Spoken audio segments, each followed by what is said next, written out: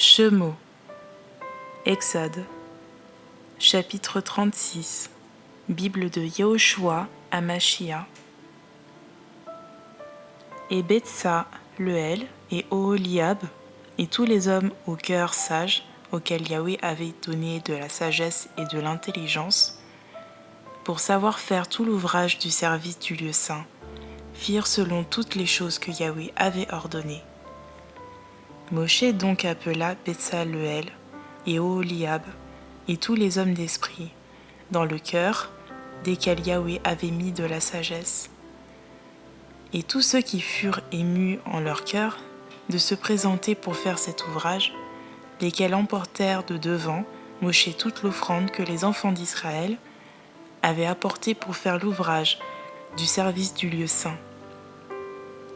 Or, on apportait encore chaque matin quelques offrandes volontaires.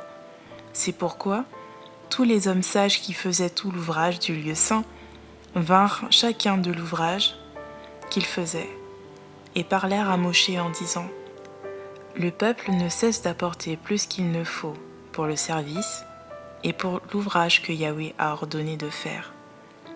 Alors, sur l'ordre de Moshe, on fit dans le camp cette proclamation : que personne, ni homme ni femme, ne fasse plus d'ouvrage pour l'offrande du lieu saint.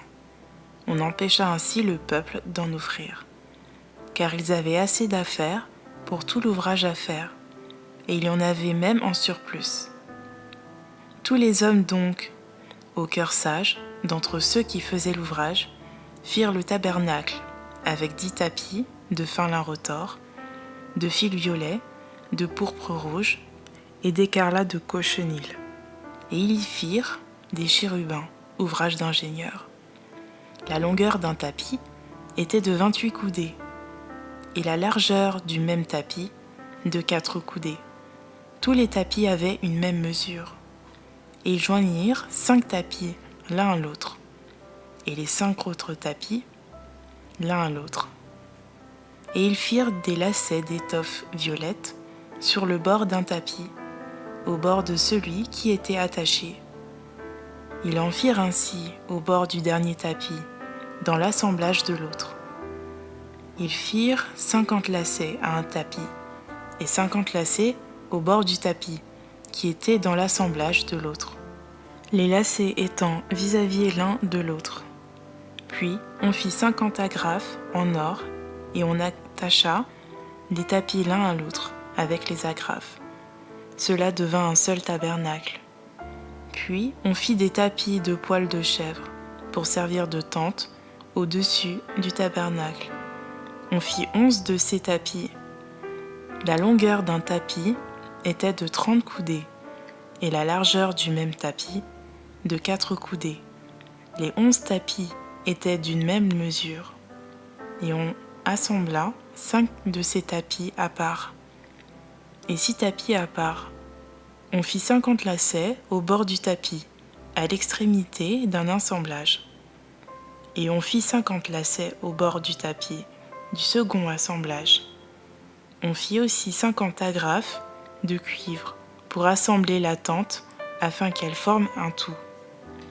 Puis, on fit pour la tente une couverture de peau de bélier teinte en rouge et une couverture de peau de tesson par-dessus.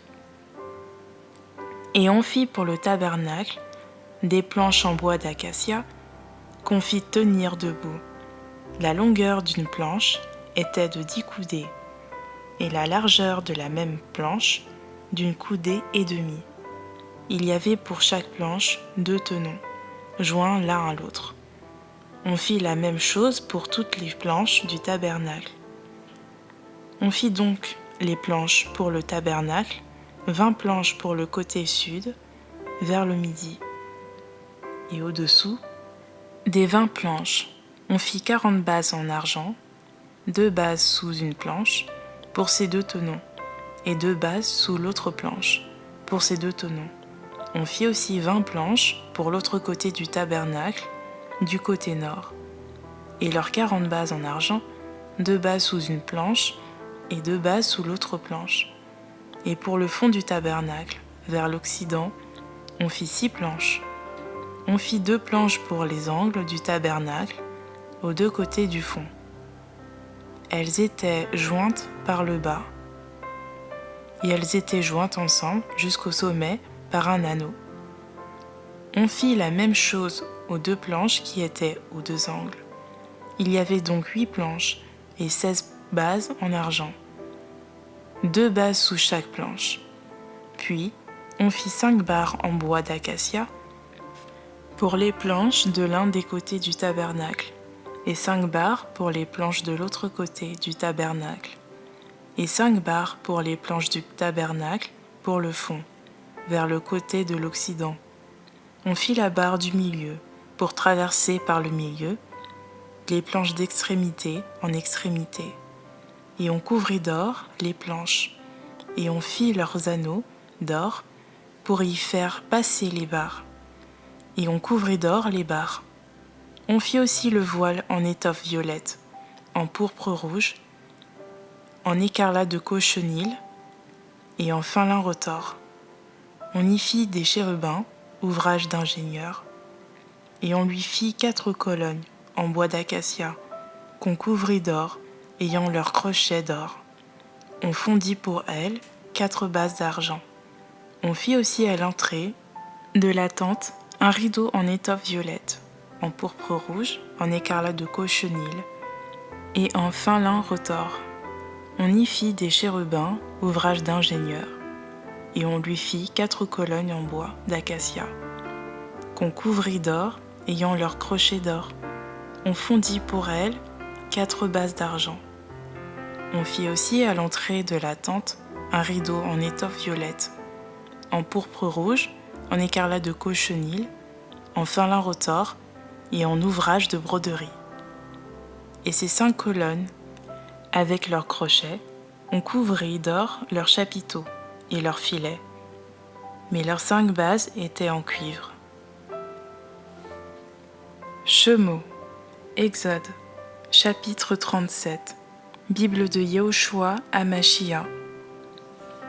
Puis, Betsaleel fit l'arche en bois d'acacia. Sa longueur était de 2 coudées et demie, et sa largeur d'une coudée et demie, et sa hauteur d'une coudée et demie. Et il la couvrit d'or pur à l'intérieur et à l'extérieur, et lui fit un couronnement d'or tout autour. Et il fondit pour elle 4 anneaux en or pour les mettre sur ses 4 coins, 2 anneaux à l'un de ses côtés et 2 autres à l'autre côté. Et il fit aussi des barres en bois d'acacia et les couvrit d'or. Et il fit entrer les barres dans les anneaux aux côtés de l'arche pour porter l'arche. Il fit aussi le propitiatoire en or pur. Sa longueur était de 2 coudées et demie, et sa largeur d'une coudée et demie. Et il fit 2 chérubins d'or, il les fit d'ouvrage étendu, au marteau, tirés des 2 extrémités du propitiatoire. Un chérubin à une extrémité, l'autre chérubin à l'autre extrémité. Il fit sortir les chérubins du propitiatoire à ses 2 extrémités, et les chérubins étendaient leurs ailes en haut, couvrant de leurs ailes le propitiatoire. Leurs faces étaient vis-à-vis l'une de l'autre, et les chérubins regardaient vers le propitiatoire. Il fit aussi la table en bois d'acacia. Sa longueur était de 2 coudées, sa largeur d'une coudée et sa hauteur d'une coudée et demie. Et il la couvrit d'or pur, et lui fit un couronnement d'or tout autour. Il lui fit aussi à l'entour un rebord d'une largeur d'une paume, et à l'entour de sa bordure un couronnement d'or. Et il fondit pour elle 4 anneaux d'or, et il mit les anneaux aux 4 coins, qui étaient à ses 4 pieds. Les anneaux étaient à côté du rebord, pour y mettre les barres afin de porter la table avec elles. Et il fit les barres en bois d'acacia, et les couvrit d'or, pour porter la table. Il fit en or pur les ustensiles qu'on devait mettre sur la table, les plats, les tasses, les bassins et les gobelets, avec lesquels on devait faire les aspersions. Il fit aussi le chandelier en or pur. Il le fit en ouvrage métallé, sa tige, ses branches, ses coupes, ses boutons et ses fleurs sortaient de lui. Et 6 branches sortaient de ses côtés, 3 branches d'un côté du chandelier et 3 de l'autre côté du chandelier. Il y avait sur l'une des branches 3 coupes en forme d'amande, un bouton et une fleur, et sur l'autre branche 3 plats en forme d'amande, un bouton et une fleur. Il fit la même chose aux 6 branches qui sortaient du chandelier. Il y avait sur le chandelier 4 coupes en forme d'amande, ses boutons et ses fleurs. Il y avait un bouton sous 2 branches qui sortaient de lui, un bouton sous 2 autres branches et un bouton sous 2 autres branches. Il en allait de même pour les 6 branches sortant du chandelier. Ses boutons et ses branches ne faisaient qu'un avec lui. Le tout était en ouvrage métallé d'or pur. Il fit aussi ses 7 lampes, ses mouchettes et ses encensoirs d'or pur, et il le fit avec sa garniture d'un talon d'or pur. Il fit aussi en bois d'acacia l'autel de l'encens. Sa longueur était d'une coudée et sa largeur d'une coudée. Il était carré, et sa hauteur était de 2 coudées, et ses cornes procédaient de lui. Et il couvrit d'or pur le dessus de l'autel. Ses côtés tout autour de ses cornes, il fit tout autour une bordure en or. Il fit aussi au-dessous de sa bordure 2 anneaux d'or à ses 2 côtés, lesquels il mit aux 2 coins pour y faire passer les barres afin de le porter avec elles. Et il fit les barres en bois d'acacia et le couvrit d'or. Il fit aussi l'huile pour l'onction sainte et l'encens aromatique et pur. C'était un ouvrage de parfumeur. Shemot, Exode, chapitre 38, Bible de Yehoshua Hamashia. Il fit aussi en bois d'acacia l'autel des holocaustes, et sa longueur était de 5 coudées, et sa largeur de 5 coudées. Il était carré, et sa hauteur était de 3 coudées. Et il fit ses cornes à ses 4 coins. Ses cornes sortaient de lui, et il le couvrit de cuivre. Il fit aussi tous les ustensiles de l'autel, les chaudrons, les racloirs, les bassins, les fourchettes et les encensoirs. Il fit tous ces ustensiles en cuivre. Et il fit pour l'autel une grille de cuivre, en forme de treillis lisse, au-dessous de l'enceinte de l'autel, depuis le bas jusqu'au milieu. Et il fondit 4 anneaux aux 4 coins de la grille de cuivre pour mettre les barres. Et il fit les barres en bois d'acacia et les couvrit de cuivre. Et il fit passer les barres dans les anneaux, aux côtés de l'autel, pour le porter avec elles. Il le fit creux, avec des planches. Il fit aussi la cuve en cuivre, et sa base en cuivre, avec les miroirs des femmes qui se rassemblaient à l'entrée de la tente d'assignation. Il fit aussi le parvis du côté du sud. Au midi, les rideaux du parvis. Enfin l'un retors avait 100 coudées. Il fit en cuivre leurs 20 colonnes avec leurs 20 bases. Mais les crochets des colonnes et leurs filets étaient en argent. Et pour le côté nord, il fit des rideaux de 100 coudées. Leurs 20 colonnes et leurs 20 bases étaient en cuivre. Mais les crochets des colonnes et leurs filets étaient en argent. Pour le côté de l'occident, des rideaux de 50 coudées, leurs 10 colonnes et leurs 10 bases. Les crochets des colonnes et leurs filets étaient en argent. Pour le côté de l'orient droit, vers le levant, des rideaux de 50 coudées. Il fit pour l'un des côtés 15 coudées de rideaux, et leurs 3 colonnes avec leurs 3 bases. Et pour l'autre côté, 15 coudées de rideaux, afin qu'il y en ait autant de part et d'autre de la porte du parvis, et leurs 3 colonnes avec leurs 3 bases. Il fit donc tous les rideaux du parvis qui étaient tout autour, en fin lin retors. Les bases pour les colonnes étaient en cuivre. Les crochets des colonnes et les filets étaient en argent, et leurs chapiteaux furent couverts d'argent. Toutes les colonnes du parvis furent ceintes tout autour d'un filet d'argent. Et il fit le rideau de la porte du parvis en étoffe violette, en pourpre rouge, en écarlate de cochenille et en fin lin retors, en ouvrage de broderie, de la longueur de 20 coudées, et de la hauteur qui était comme la largeur de 5 coudées, correspondant au rideau du parvis.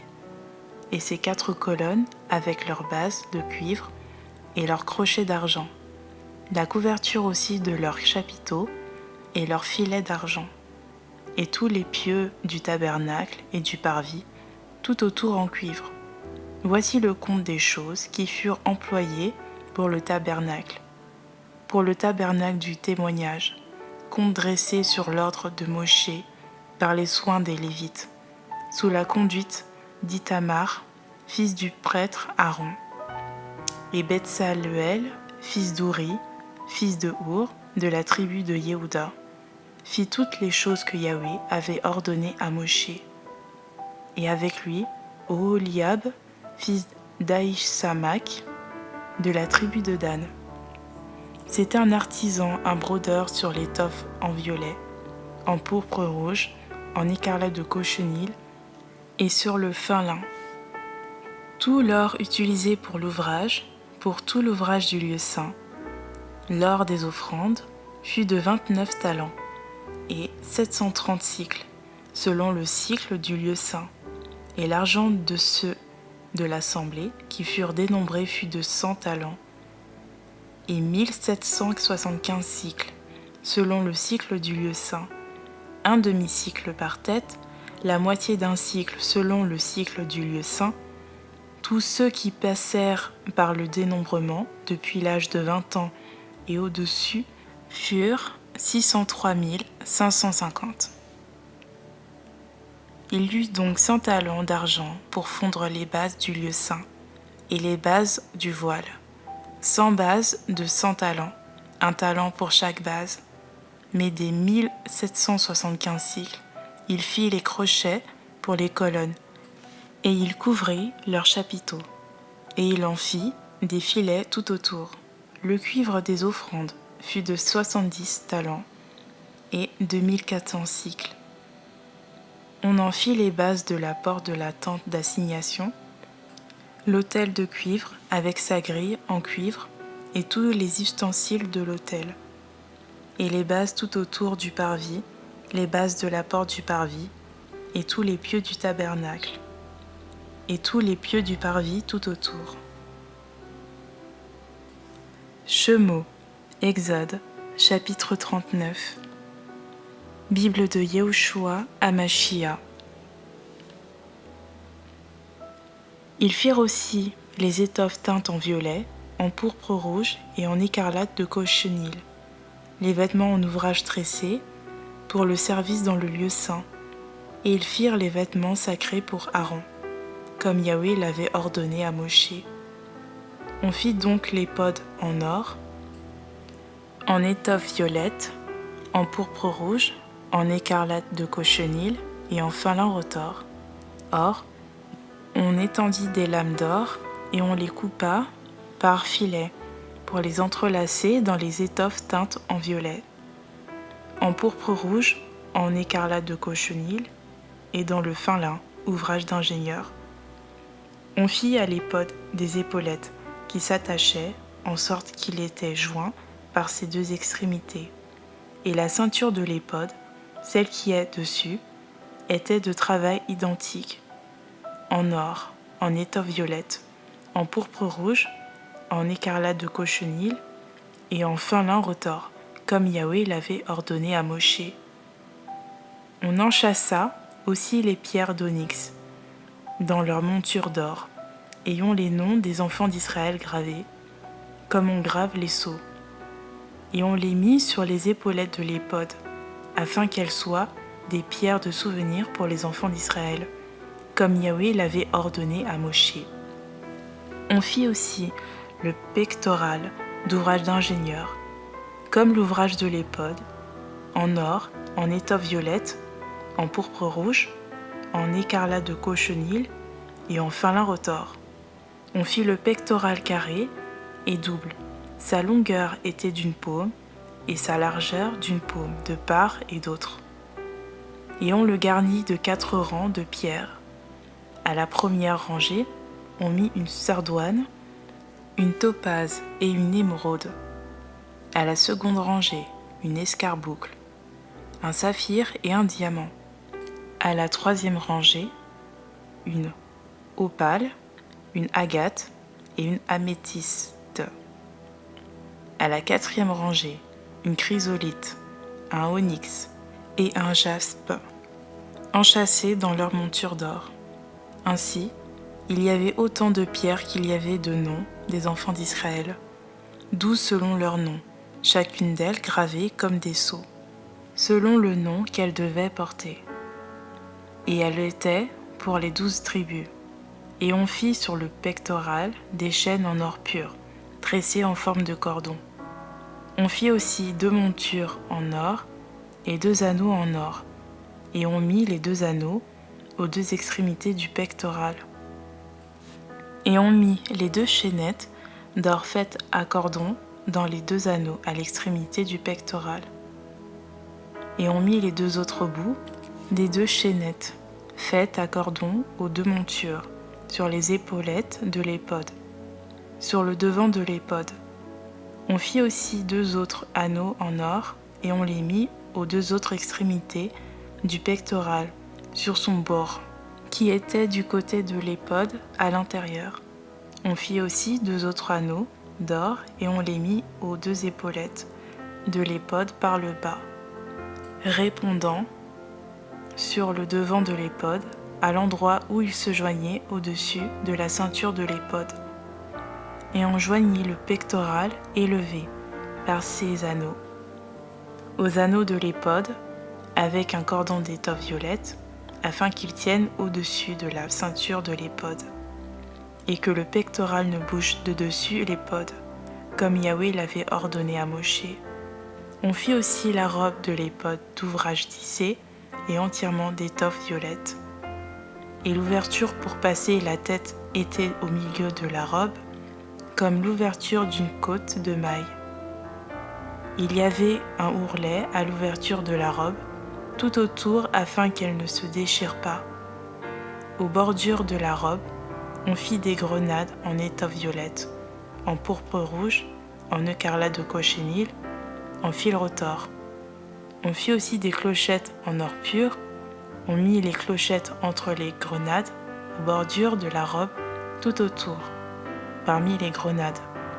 Une clochette puis une grenade, une clochette puis une grenade, sur la bordure de la robe, tout autour, pour faire le service, comme Yahweh l'avait ordonné à Moshe. On fit aussi à Aaron et à ses fils des tuniques en fin lin d'ouvrage tissé, la tiare en fin lin, les parures des turbans en fin lin et les caleçons en fin lin retors, et la ceinture en fin lin retors, en violet, en pourpre rouge, en écarlate de cochenille, en ouvrage de broderie, comme Yahweh l'avait ordonné à Moshe. Et la lame du saint diadème en or pur, sur laquelle on écrivit comme on grave un sceau, sainteté à Yahweh. Et on mit sur elle un cordon d'étoffe violette, pour l'appliquer à la tiare par-dessus, comme Yahweh l'avait ordonné à Moshe. Ainsi fut achevé tout l'ouvrage du tabernacle, de la tente d'assignation. Les enfants d'Israël firent selon toutes les choses que Yahweh avait ordonnées à Moshe. Ils les firent ainsi. Et ils apportèrent à Moshe le tabernacle, la tente, et tous ses ustensiles, ses crochets, ses planches, ses barres, ses colonnes, et ses bases, la couverture de peau de bélier teinte en rouge, la couverture de peau de tesson et le voile qui sert de rideau, l'arche du témoignage, et ses barres, et le propitiatoire, la table avec tous ses ustensiles, les pains de proposition, et le chandelier d'or pur, avec toutes ses lampes arrangées, et tous ses ustensiles, et l'huile du chandelier, et l'autel d'or, l'huile d'onction, l'encens aromatique et le rideau de l'entrée de la tente. L'autel de cuivre avec sa grille de cuivre, ses barres et tous ses ustensiles, la cuve et sa base, les rideaux du parvis, ses colonnes, ses bases, le rideau pour la porte du parvis, son cordage, ses pieux, et tous les ustensiles pour le service du tabernacle, pour la tente d'assignation, les vêtements en ouvrage tressé pour le service du lieu saint, les vêtements sacrés pour le prêtre Aaron, et les vêtements de ses fils pour exercer la prêtrise. Les enfants d'Israël donc firent tout l'ouvrage, comme Yahweh l'avait ordonné à Moshe. Et Moshe vit tout l'ouvrage, et voici, on l'avait fait ainsi que Yahweh l'avait ordonné. On l'avait fait ainsi, et Moshe les bénit. Shemo, Exode, chapitre 40. Bible de Yehoshua Hamashia. Et Yahweh parla à Moshe en disant, au premier jour du premier mois, tu dresseras le tabernacle de la tente d'assignation, et tu y mettras l'arche du témoignage, au devant de laquelle tu tendras le voile. Puis, tu apporteras la table, y arrangeras ce qui doit être arrangé. Tu apporteras aussi le chandelier, et allumeras ses lampes. Tu mettras aussi l'autel d'or pour l'encens devant l'arche du témoignage, et tu mettras le rideau à l'entrée du tabernacle. Tu mettras aussi l'autel de l'Holocauste, vis-à-vis de l'entrée du tabernacle de la tente d'assignation. Tu mettras aussi la cuve entre la tente d'assignation et l'autel, et y mettras de l'eau. Tu mettras aussi le parvis tout autour, et tu mettras le rideau à la porte du parvis. Tu prendras aussi l'huile de l'onction, et tu en oindras le tabernacle, et tout ce qui est, et tu le sanctifieras avec tous les ustensiles, et il sera saint. Tu oindras aussi l'autel de l'Holocauste, et tous ses ustensiles. Tu sanctifieras l'autel, et l'autel deviendra saint des saints. Tu oindras aussi la cuve et sa base, et la sanctifieras. Tu feras aussi approcher Aaron et ses fils à l'entrée de la tente d'assignation, et les laveras avec de l'eau.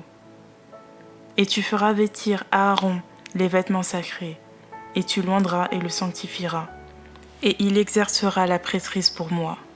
Tu feras aussi approcher ses fils, que tu revêtiras de tuniques, et tu les oindras comme tu auras oint leur père. Ils m'exerceront la prêtrise, et leur onction leur sera pour exercer la prêtrise à toujours parmi leurs générations. Moshe fit exactement ce que Yahweh lui avait ordonné. Ainsi fit-il, car au premier jour du premier mois de la seconde année, le tabernacle fut dressé. Moshe donc dressa le tabernacle, mit ses bases, posa ses planches, mit ses barres et dressa ses colonnes. Et il étendit la tente sur le tabernacle, et mit la couverture de la tente au-dessus du tabernacle, par le haut, comme Yahweh l'avait ordonné à Moshe. Puis il prit et posa le témoignage dans l'arche et mit les barres à l'arche. Il mit aussi le propitiatoire au-dessus de l'arche, et il apporta l'arche dans le tabernacle, et posa le voile qui sert de rideau, et le mit au devant de l'arche du témoignage, comme Yahweh l'avait ordonné à Moshe. Il mit aussi la table dans la tente d'assignation, au côté du tabernacle vers le nord, en dehors du voile. Et il arrangea sur elle les rangées de pain devant Yahweh, comme Yahweh l'avait ordonné à Moshe. Il mit aussi le chandelier dans la tente d'assignation, vis-à-vis de la table, du côté du tabernacle vers le sud. Et il alluma les lampes devant Yahweh, comme Yahweh l'avait ordonné à Moshe. Il posa aussi l'autel d'or dans la tente d'assignation, devant le voile. Et il y fit brûler l'encens aromatique, comme Yahweh l'avait ordonné à Moshe. Il plaça aussi le rideau à l'entrée du tabernacle, et il mit l'autel de l'Holocauste à l'entrée du tabernacle, de la tente d'assignation. Il y offrit l'Holocauste et l'offrande, comme Yahweh l'avait ordonné à Moshe. Et il plaça la cuve entre la tente d'assignation et l'autel, et il y mit de l'eau pour se laver. Et Moshe et Aaron, avec ses fils, s'y lavèrent, leurs mains et leurs pieds. Et quand ils entraient dans la tente d'assignation, et qu'ils approchaient de l'autel, ils se lavaient, selon que Yahweh l'avait ordonné à Moshe.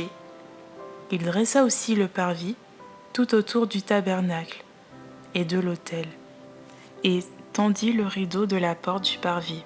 Ainsi Moshe acheva l'ouvrage. Et la nuée couvrit la tente d'assignation, et la gloire de Yahweh remplit le tabernacle, de sorte que Moshe ne pouvait pas entrer dans la tente d'assignation, car la nuée se tenait dessus, et la gloire de Yahweh remplissait le tabernacle. Et tout au long de leur voyage, les enfants d'Israël partaient quand la nuée se levait au-dessus du tabernacle. Mais si la nuée ne se levait pas, ils ne partaient pas jusqu'au jour où elle se levait, car la nuée de Yahweh était le jour sur le tabernacle. Et le feu y était la nuit, devant les yeux de toute la maison d'Israël, tout au long du voyage.